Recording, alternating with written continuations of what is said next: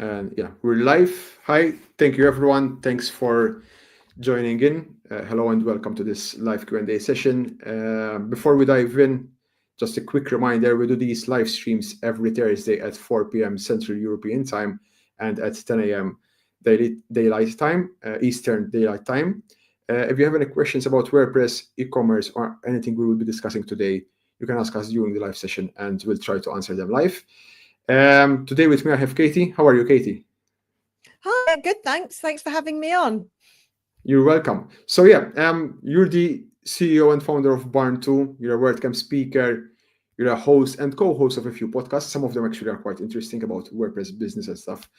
But yeah, for those who do not know you, can you maybe please tell us a bit about your expertise? What do you do? And yeah, why they should listen to this episode, basically.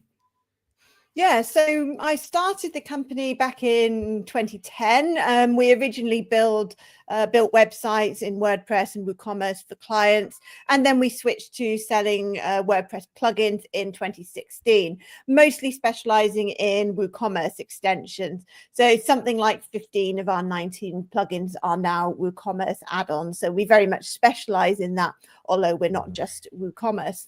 And we now have a team of 17 people based all over the world. Nice, that's nice. And you also publish yearly reports, right, about your business, how is it going, which is quite nice. You're very transparent and open, right, about the business and how you run the business. Yeah, I try to be. I used to really like the annual reports, the transparency reports that Pippin Williamson used to publish when he owned Easy Digital Downloads and Affiliate WP products like that. And everybody used to really enjoy those. And he was so open about the finances. And I think particularly if you do sell many different products, it doesn't hurt to be open about these things, because it doesn't matter to your competitors, because if I say what my total revenue is, it doesn't actually tell you what each product is. So I don't see it as like a risk in that sense. And I think it really helps people to get an idea of what makes a difference, because you can say, I did this and this happened. That's nice. That's nice. Yeah, and people can learn from you as well, which is a nice thing. Unless, as a founder we know in common, unfortunately, in some countries, yeah, like if people know you work for a business that earns a certain level of money, certain amount of money, yeah, you might be in personal danger. You might be targeted or something. So, but yeah, it's very interesting. Yeah, let's jump right into into e-commerce. So yeah, social media kind of thing like made this. There's nowadays this whole new culture of like be your own boss, glamorized drop shipping. I have quite a few friends actually who tried, this idea of passive income, minimum effort, maximum returns. However, many of them realize quite quickly that it's not that it sounds easy, but it's not. So like managing a WooCommerce or even an e-commerce store, like what does it really take from day to day in terms of operations to run an e-commerce store? Well, if we're focusing specifically on drop shipping, a lot of the groundwork is not your problem because somebody else is shipping the product.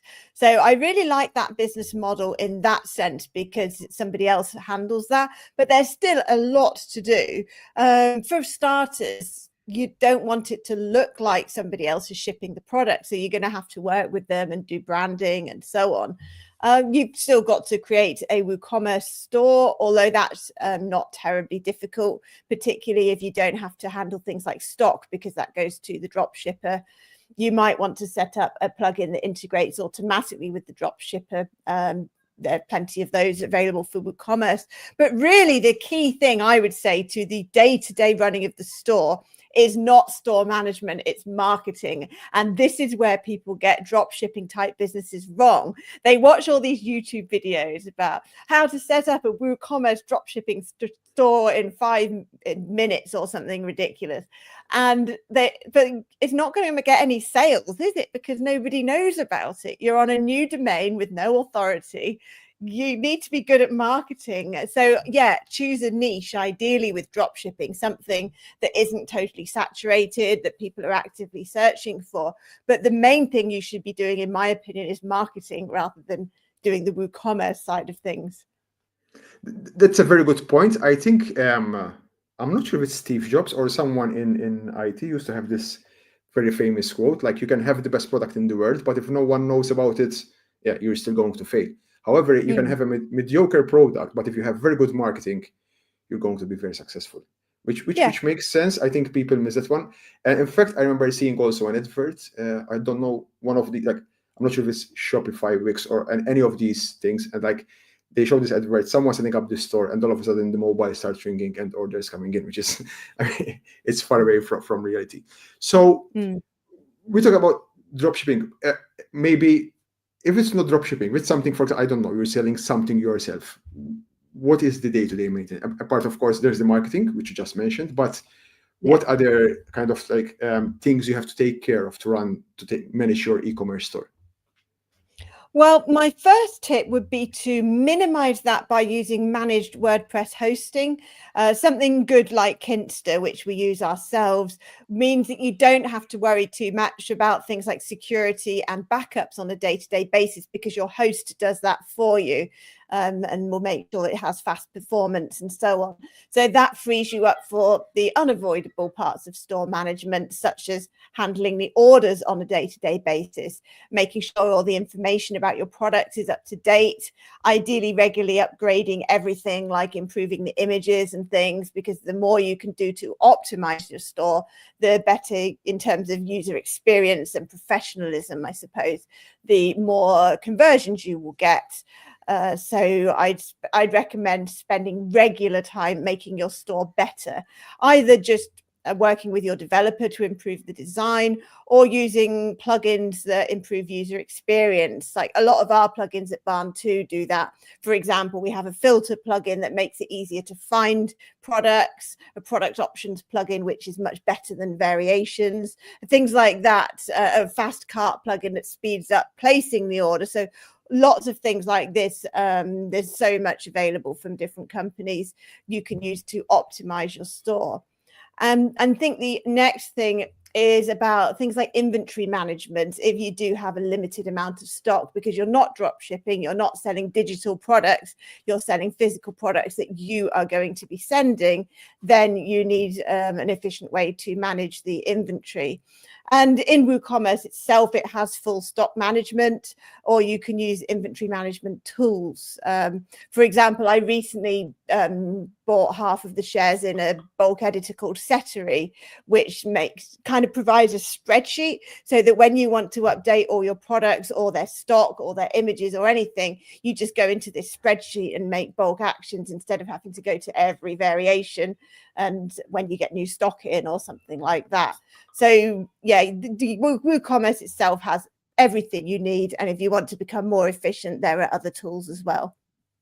Yeah, in fact, kind of it got me wonder, because Barn2, you have like 14 or 15 plugins, which are WooCommerce plugins. Last time I was just browsing the WooCommerce store online. There are like 1,000 plus extensions. Yeah, if you're a store owner, like how do you go about choosing which plugins to use, or how do you know if there's a plugin or if it's something maybe you need to develop, or whether to use a plugin at all, for example? How do you know that? Because there are quite a few options available. There really are, and do not install them all. Exactly. That's right. Yeah, you don't want that many. So I would say, as a starting point, think about the types of products you're selling and who your customers are. So because different plugins will meet different needs. For example, if you only have 10 products on your store, you probably don't want a product filtering plugin. You'd want that if you have maybe 30 or more products, so that people can drill down for what they want. If they're the sorts of really visual products that will sell well with things like video, then maybe you need a video plugin that adds, say, video to the image gallery, like Iconic's WooThumbs plugin, for example. So I'd say start from that. Think, what would help customers buy my products more based on who they are and what their needs are, and what will really show off my products and help people to find what they want. And then start Googling or using YouTube or whatever, or AI, of course. Ask AI, tell it your needs, and it will recommend types of plugins that could genuinely improve your conversion rates. Nice. So definitely there's a difference, between selling physical products or dropshipping, but also you can also sell software, for example, like us, plugin vendors. I know there's also other competitors to WooCommerce, especially when it comes to software, like easy digital downloads. And what is the main difference, like running a store to sell software versus to sell, for example, jewelry or something like that? I think selling software is a wonderful business model. I am biased because that's my company and of course yours, Robert. But the reason I think software is so great is because the product kind of doesn't exist in the physical world. There is nothing to ship. You don't have to make a deal with a drop shipper. You simply upload the file to your website, or not even that, link it to your GitHub or something, and it will happen automatically even. So, and then the customer receives that order, the software they've bought, automatically. You don't even have to do anything when you receive an order on your website, which is amazing compared to physical products where you have to send it to the warehouse and get it shipped and labeled and all of that stuff. It's so much easier. So if you have something relevant to build in terms of software or other digital products like downloadable images or online courses or anything virtual, really, then I think that's a fantastic business model, and it's scalable globally much more easily because you don't have to say work out customs or anything like that. So there might be some tax issues selling digital products globally, which we can talk about if you want, but essentially it's so much easier. Yeah, in fact, once you mentioned them, it's quite interesting, especially you have a plugin, right, for VAT. Yeah. Especially in the EU, VAT it can be quite complex. But I didn't know actually, like even in the US, I don't know how it works exactly. There are some taxes. If you sell a certain amount within a state, you have, maybe you want to explain a bit how taxes in general affect like the software industry? Yeah, I recently heard that. I know about the UK and the EU that you get charged tax based on where the customer is for digital products. Correct. So if you're a US company selling to Germany, you have to charge German tax to the customer and then pay the German tax authority, which sounds like a nightmare, and I do hate it. But there is a central EU tax scheme, so you actually only do one tax bill and one payment for the whole EU. So it's not as bad as it sounds, but I'm not a huge fan of that law. But I recently found out that there are some other countries that have similar cross-border tax laws. It's a minefield, to be honest. Yeah, it can get quite complicated. Yeah, with the EU, it's a bit of course difficult. I mean, there are plugins which automate it, like the EU VAT plugin, like you have. But yes, it's like it's just pretty much standard. So wherever you sell in the EU, unless they have a VAT number, you have to charge them with the rate of that country. And then every quarter you have to submit, I sold this much in Greece, this much in Italy, this is the rate, and you have to, it can be very interesting, very interesting. And of course, another big difference, I think, when it comes to software, you have to, cater for the license, especially with software, you have to cater for the licensing, renewals, and all this stuff, which is when you sell an actual object, physical object, you don't have nothing of that. What are the most common mistakes you've seen people doing on an e-commerce store in general? I'd say the most common mistakes are using WooCommerce as it comes with the features and templates that come with your theme, whether or not they suit your product. So for example, WooCommerce is very much designed around having a central shop page which lists all your products. Well, imagine if you only have one product. A lot of stores that only have one product still use the shop page. Why? They should be probably create a completely bespoke product page, which is amazing and really showcases that one product, because that's your whole business. Don't just use what WooCommerce provides template-wise, which is designed for stores with many products. Even things like the fact of displaying your product in a grid with just the title and the price and a big image doesn't work for some products. You see it all the time. Imagine someone selling something really non-visual like nails, like for DIY products, and they've got a big image of each nail and the product name, and you've got to click onto the product page to choose how many of each you want and add to the cart. That's just silly, but you see it all the time. People with WooCommerce stores that they haven't optimized the way they present their products for what that product is. So in that example, you can use products like our WooCommerce product table to display a kind of order form of all your nails with extra columns like the length and the width and so on of each nail, so that you can actually see the product specification right on the shop page. Also choose a quantity instead of having to go to a separate page for each thing you want to buy and then add to the cart. So then there's loads of different use cases like that, where different types of products sell better with different types of presentation. So the main mistake I think people make is just installing it as it comes and not analyzing what they're doing. Now that you're mentioning it, it's in hindsight, I remember some websites, like you go to a nice product page, buy now, it takes you to the, as you said, like the grid, but there's only one product, add to cart, and then you have to go to the shopping cart, which doesn't make sense, because it's one product. Might as well, when you click buy now, immediately. It's quite interesting.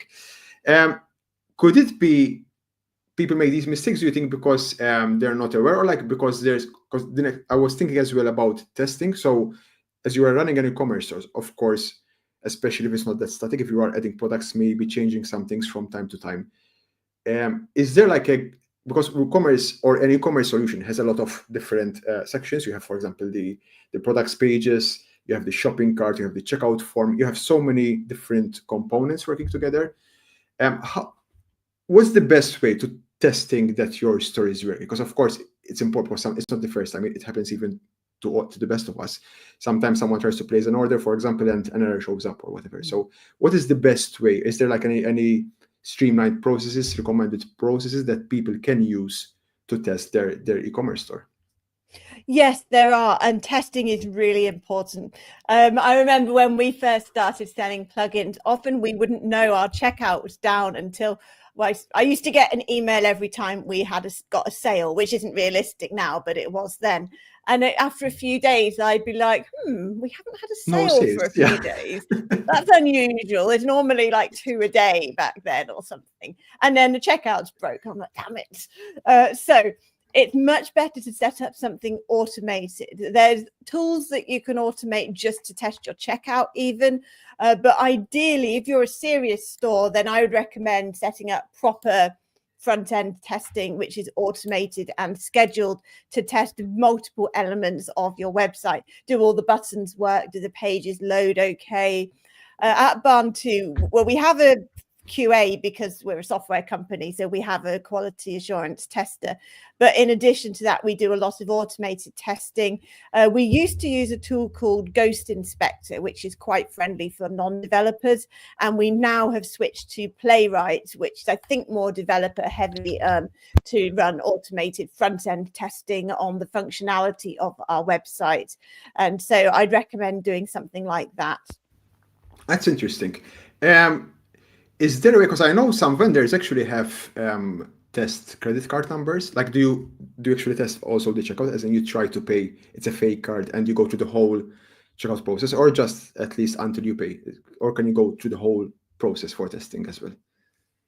I don't know if my team are actually doing that, or whether it's on the staging site or something. Our staging site does support a fake credit card, if that makes sense. Exactly. But that sort of thing is worth doing. And I believe there's specialist tools that can just test a checkout as well. So it depends on what you want to test and how serious you are, but it's important to do something. It's good to know. I mean, it happens to everyone, even to us. I remember in the early days, we had roughly the same experience. We used to receive an email whenever there's a sale. And in the early days, as you said, maybe we get 1 or 2 sales a day. And then like after a few days, like something, and then you go to or maybe someone emails you like, hi, I tried to buy the product and it's not loading. Yeah, very, very interesting. As the team, as your e-commerce solution or your business grows, of course, the e-commerce stores is going to grow. And there are e-commerce stores where they have multiple people working together. What are typically the challenges, especially when it comes to e-commerce, of having multiple people working on the online store?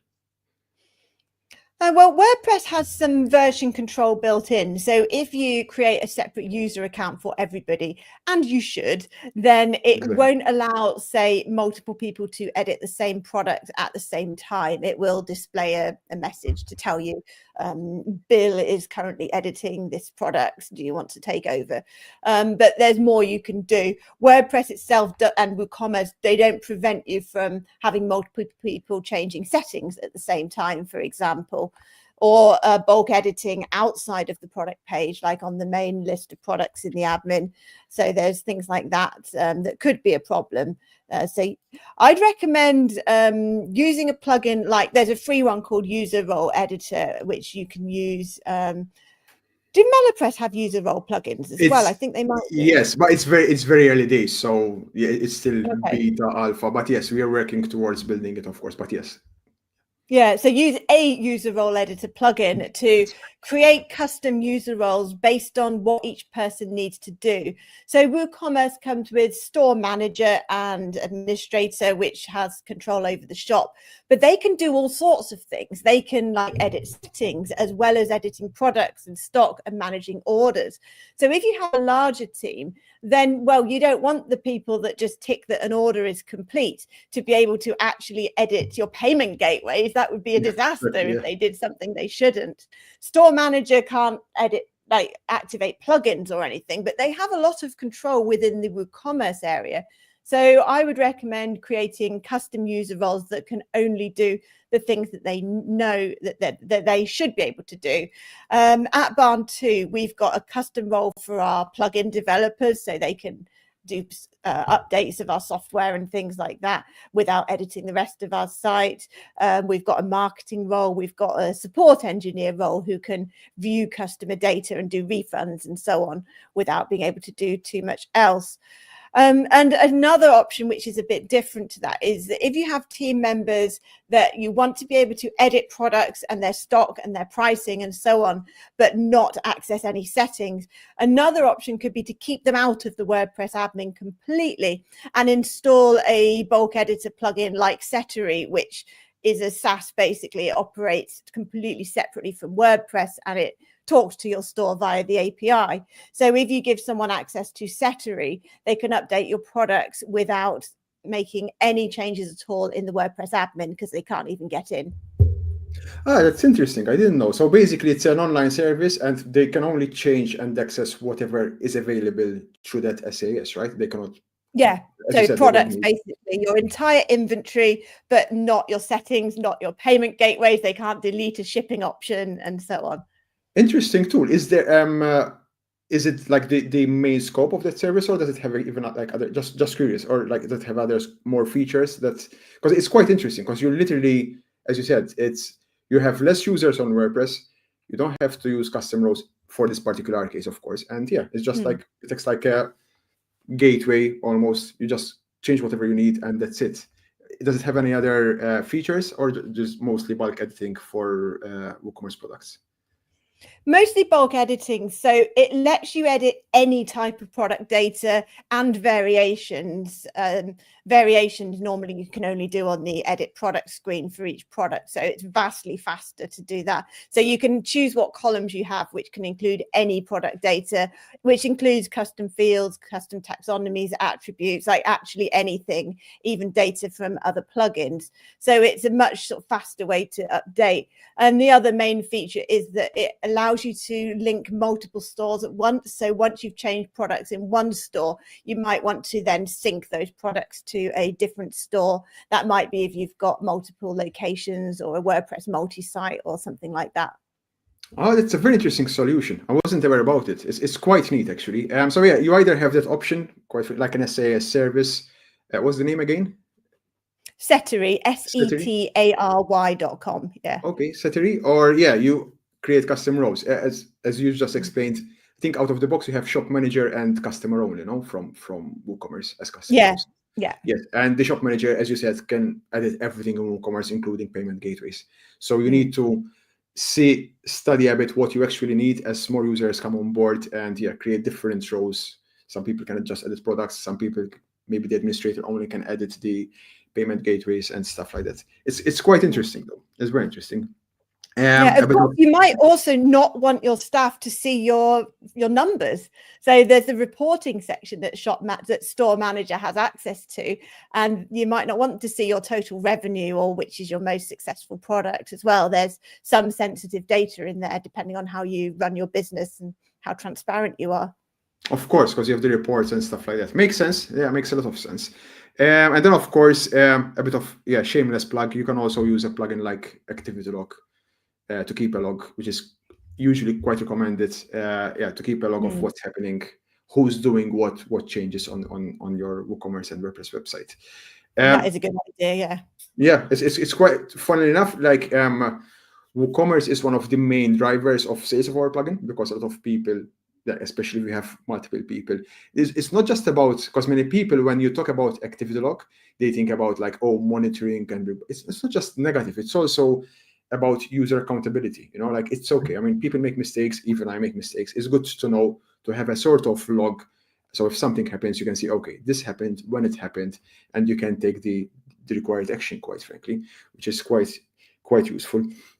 Talking about growing stores, something about scalability. I mean, in general, WooCommerce, especially when you install it, it feels like a big plugin, heavy plugin. So of course there's a reason why, because it has a lot of features.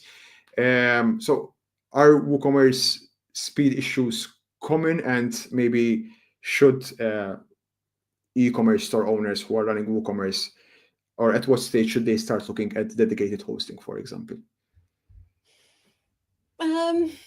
Almost never. I think that managed WordPress hosting is the way to go, because that scales up. Dedicated hosting requires a lot of management and things to keep your server running smoothly. Yeah.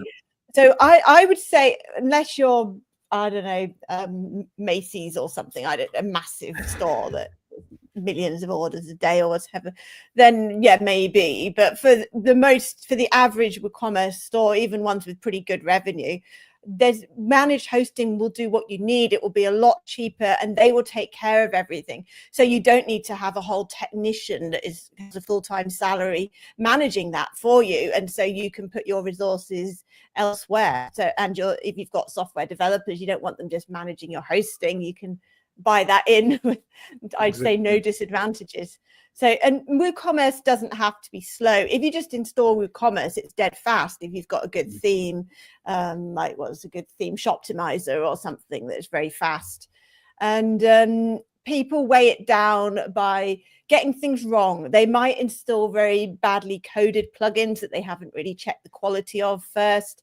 They might do things like upload massive images, which is going to slow down any site.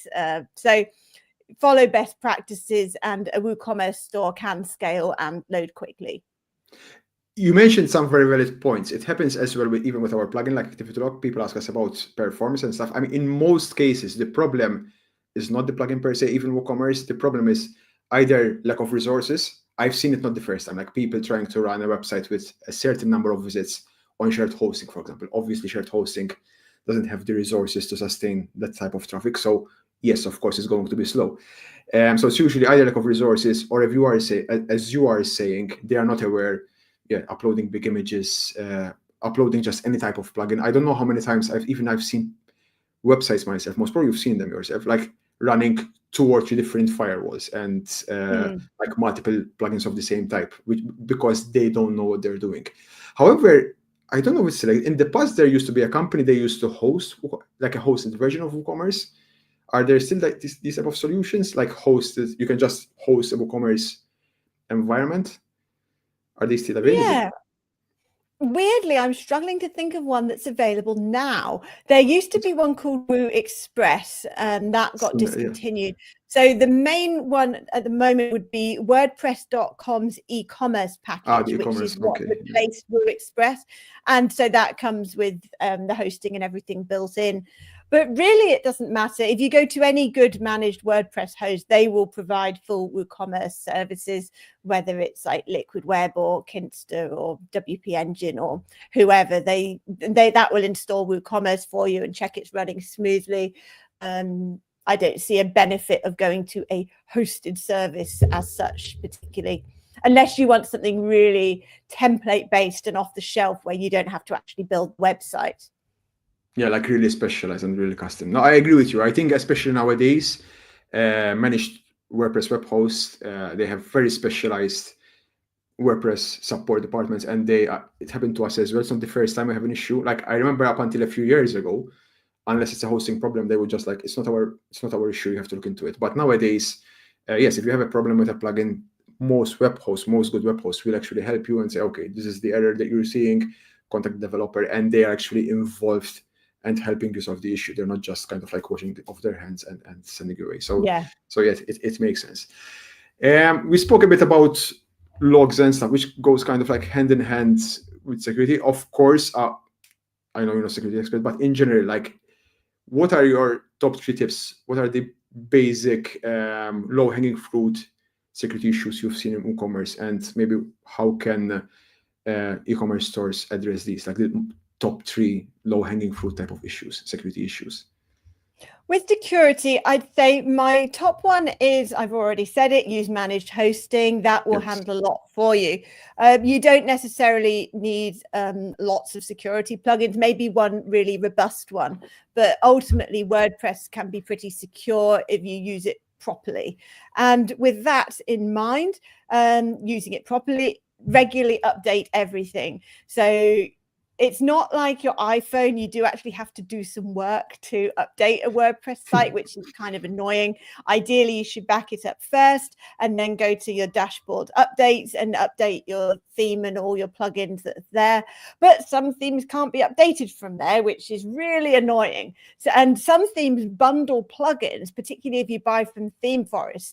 And that's really annoying as well, because you may think everything's up to date, but it's not. So actually get a proper process for how you update the specific software which is installed on your website. Don't worry about hosting software if you're using managed hosting, because they will do that for you. So we're talking WordPress, the theme, and your plugins. And tip number 3 is not having too many admin users. I see this all the time, sites with maybe 6 or 8 or more users with the administrator role. And there is no need for that. You're just not thinking about what each user needs to be able to do. So for each person that needs some level of access to your WordPress admin, read about WordPress user roles, maybe create your own, as we talked about, and give them the minimum role that will achieve what they need. So, for example, let's say they just need to be able to add a blog post but not publish it. Well, don't make them an administrator, make them a contributor. And there's lots of examples like that.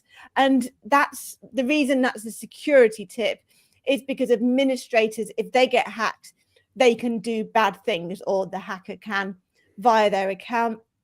If someone hacks a contributor account, they can add lots of dodgy draft posts to your website, which nobody will ever see.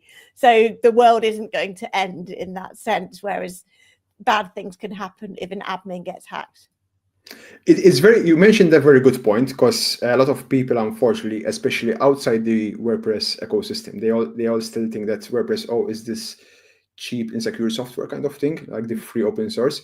And in reality, it's not. When you look at all the reports in the last few years, which are part of the top 3 tips you mentioned, the biggest problems till this day are still outdated software. That's the number 2. Number 2 and number 1, it's outdated software and user issues, weak passwords, lack of good authentication, lack of good best security practices and stuff like that. And as you said, maybe yes, you might need a security plugin, yes or no, but if you keep your software up to date, as you said, especially your WooCommerce, your plugins and stuff. And good tip, by the way, because there have been a few security incidents in the past where people bought, especially themes from ThemeForest or stuff like that. They are bundled with some plugins, and those plugins are never updated, quite frankly. So because they run as part of the theme. So and good, basically security, user hygiene. Like use a bit of strong passwords, especially not the customer. I mean, you can of course do the customer, but your team. Things like 2FA, using password managers and stuff like that can really, really make your website secure. And if you keep it up to date, that's a lot of. So already you're quite far ahead from and quite well protected, quite frankly. talking about security, there's also kind of like, especially with WooCommerce stores, you're dealing with customer data, shopping. There's also compliance. When I'm in an e-commerce store, it depends on where you live and where you are selling, kind of thing. But from the websites you see, like, what are the most common compliance issues you see with websites?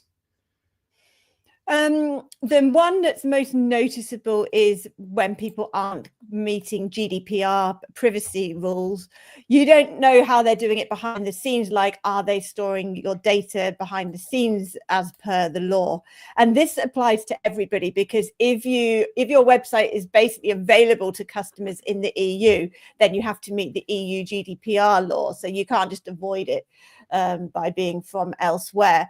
But other things are more obvious, like, are they notifying you of cookies and things like that? Is there a clear privacy policy link? And the most annoying one is when people add you to their newsletter without your permission, which is illegal in GDPR terms.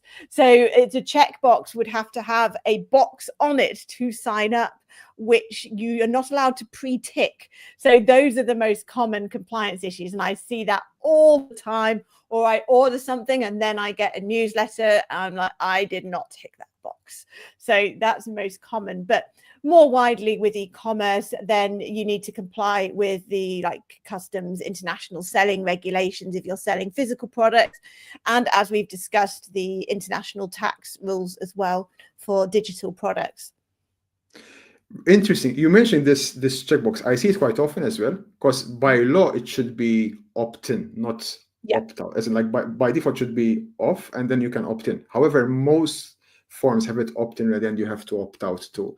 However, what's even more annoying, because you said at least you ordered something with a newsletter, I've contacted people, literally, I don't know, for some business, find them on LinkedIn, for example, then I got their email, send them an email for something, business or not, and then 2 days later received a newsletter from their company. Like, I just contacted the person directly, and it is really annoying, and it frustrates people.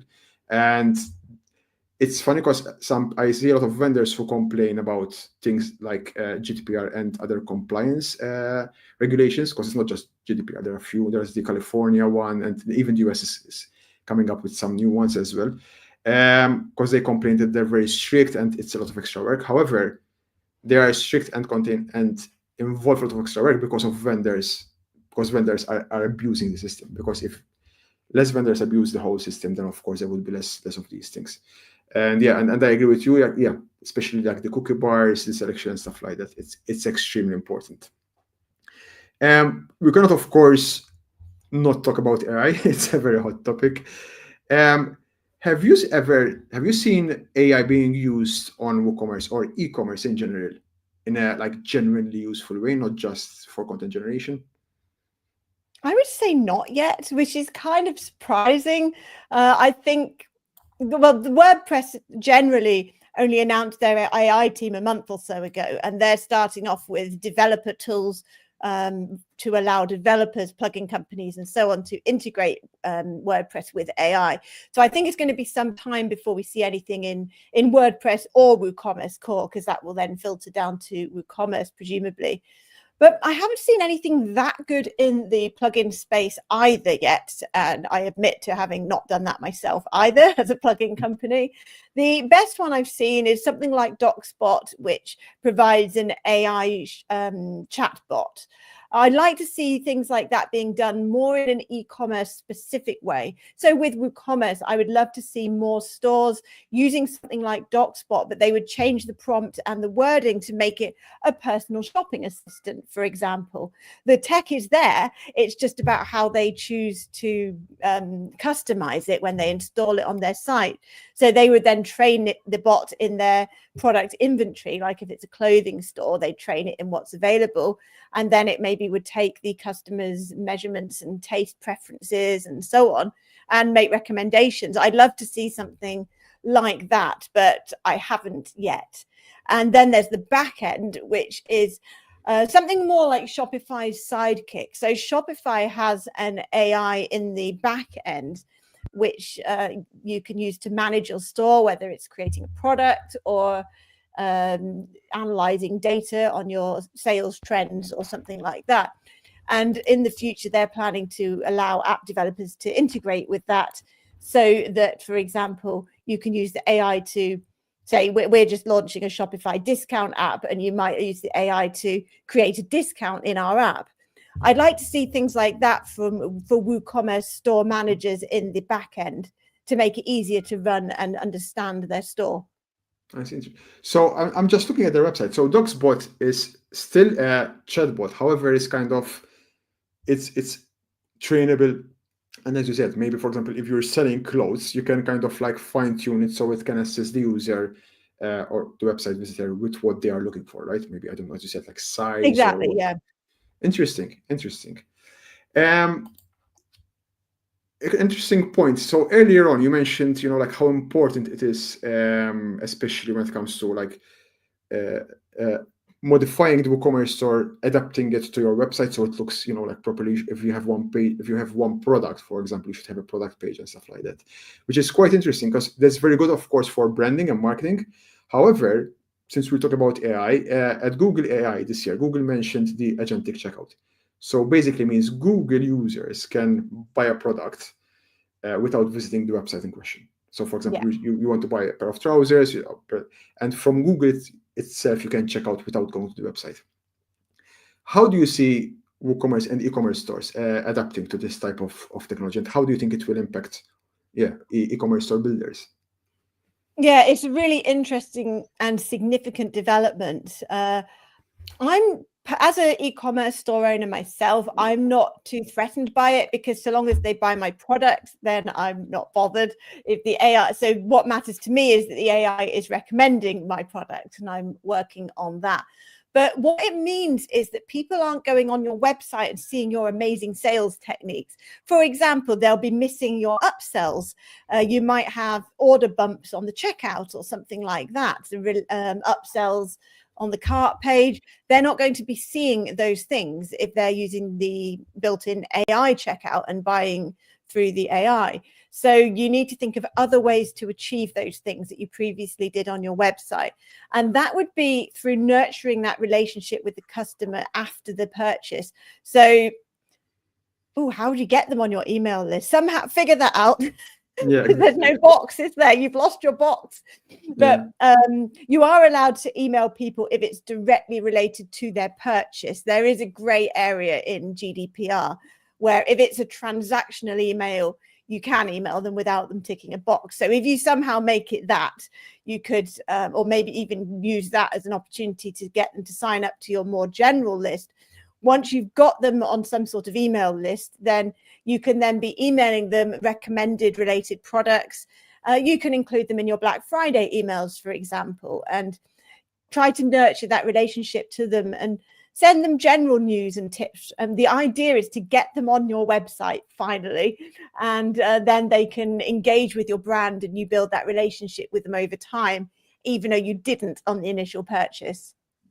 Interesting. So are there any tips that people can follow and of things that they should execute to be there on the AI answer instead of their website ranking? So the Google AI mentions their store, or it's still too early to say like how to rank in the AI? It is changing very rapidly. But so far, it seems to be quite similar principles to what we've always done regarding SEO, which is things like if lots of other websites are talking about your brand and your products, then the AI is more likely to recommend it. So that applies to SEO. Google's more likely to rank you in the organic results. If lots of people are linking to you and talking about you, AIs are likely to recommend you from the same factors. So it's kind of common sense. I think we can keep doing what we're doing, even though the impact of that will be more about AI. But there are some more specific tips which are very much in their infancy.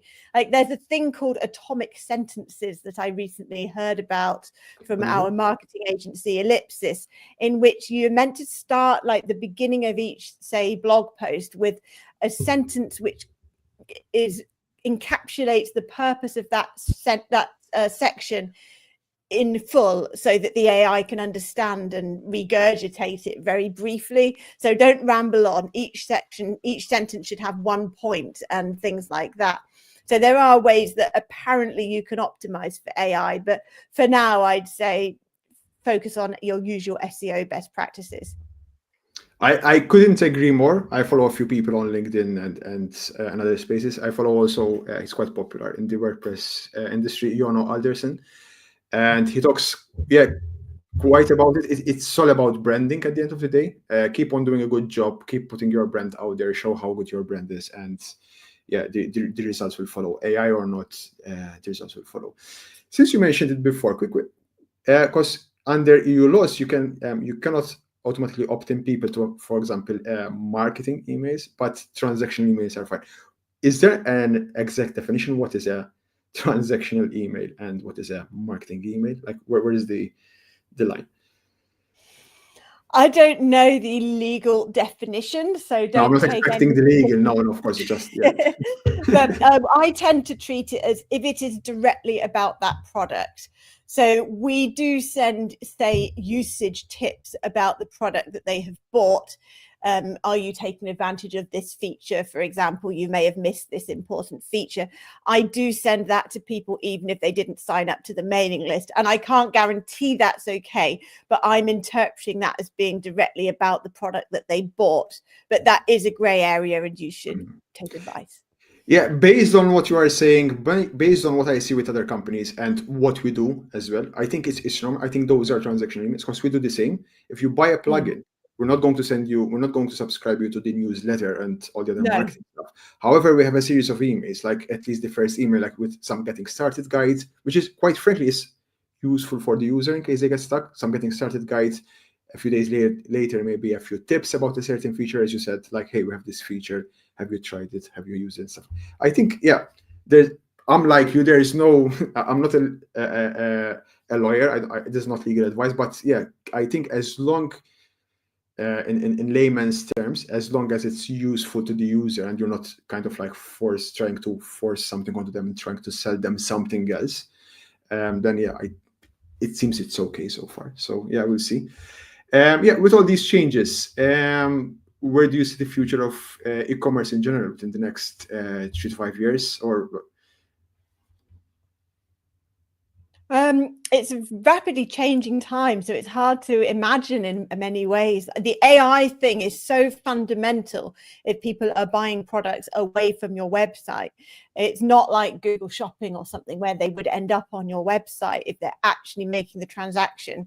So I think that I look forward to seeing things like WooCommerce releasing those integrations so that a WooCommerce store can allow people to check out through the AI and so on. I think there'll be much more AI features, both the front and the back end, either in WooCommerce Core. And honestly, I would put that at 2 years plus would be my prediction. I don't see that coming soon, but plugin wise, I see that as coming sooner, because the plugin industry moves faster.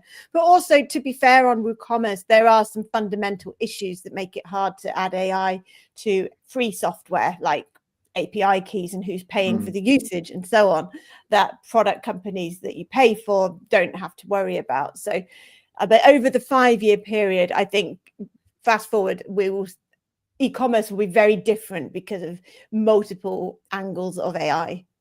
Yeah, I think especially AI is changing things very, very fast. So it's really, I think 5 years, maybe it's a long, even 2 years nowadays. It has become like a very long time to look for.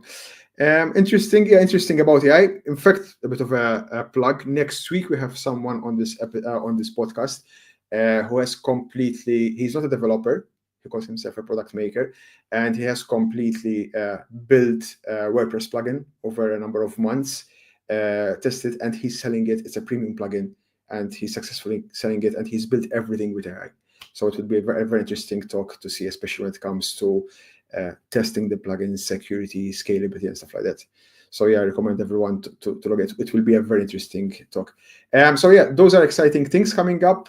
Anything that worries you in the next year, that is worrying you, keeping you awake, in regards to e-commerce especially?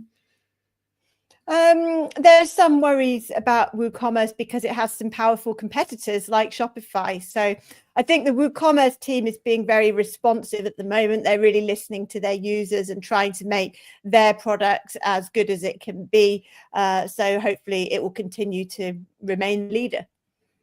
Nice.